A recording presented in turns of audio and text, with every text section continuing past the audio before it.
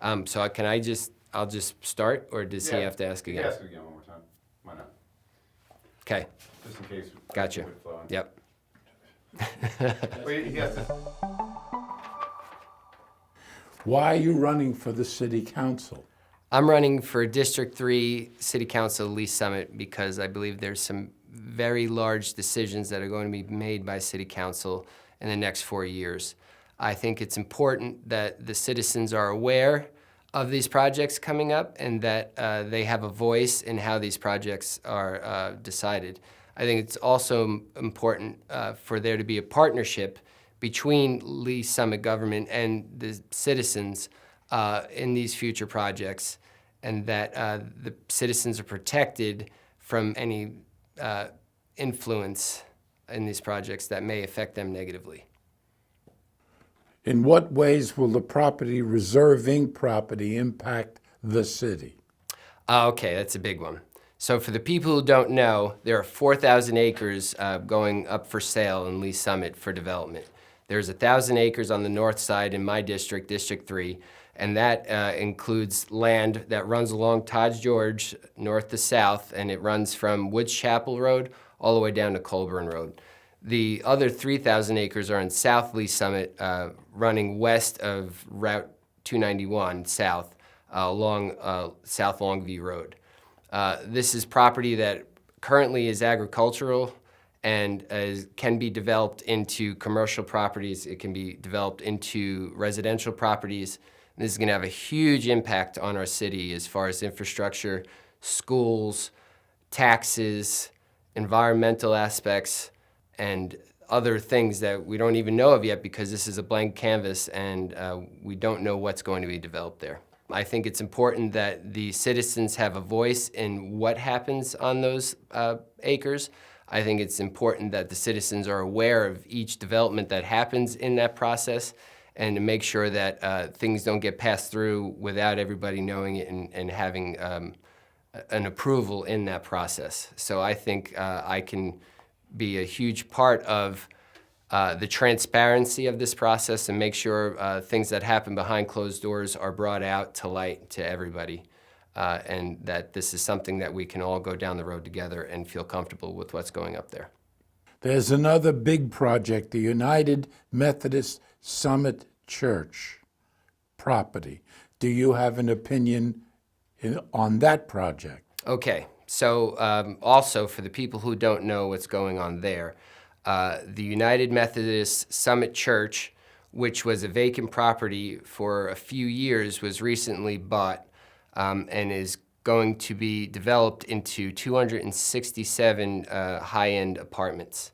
This is an interesting project because it's the first time in Lee Summit's history that we actually allowed some incentives for a residential property, especially an apartment building.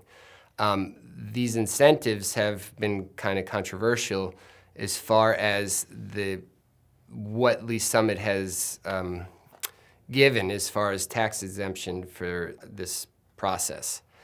So you know, there's an $8 million garage going up for the residents there for parking. And this was a vital piece to the deal because Lee Summit would not approve the deal without some parking being made available, so it did not overburden the street parking in downtown Lee Summit. That's an $8 million grant that's being paid for with TIFs.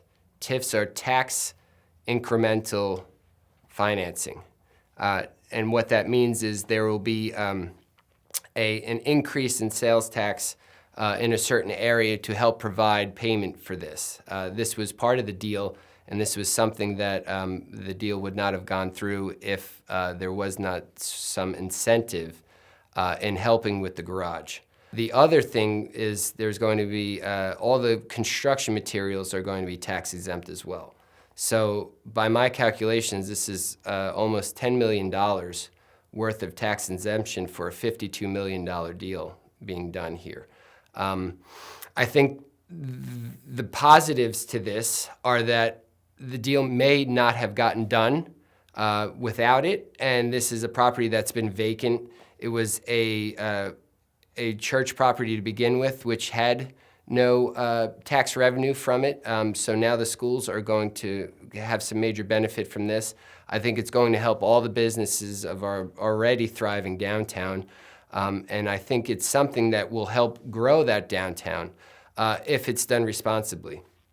I do wish, since we are essentially paying for this garage, that there would be some parking available for customers and people going to the downtown. But as of right now, I don't think that's the case, and I think that's something that we can have some sort of influence on.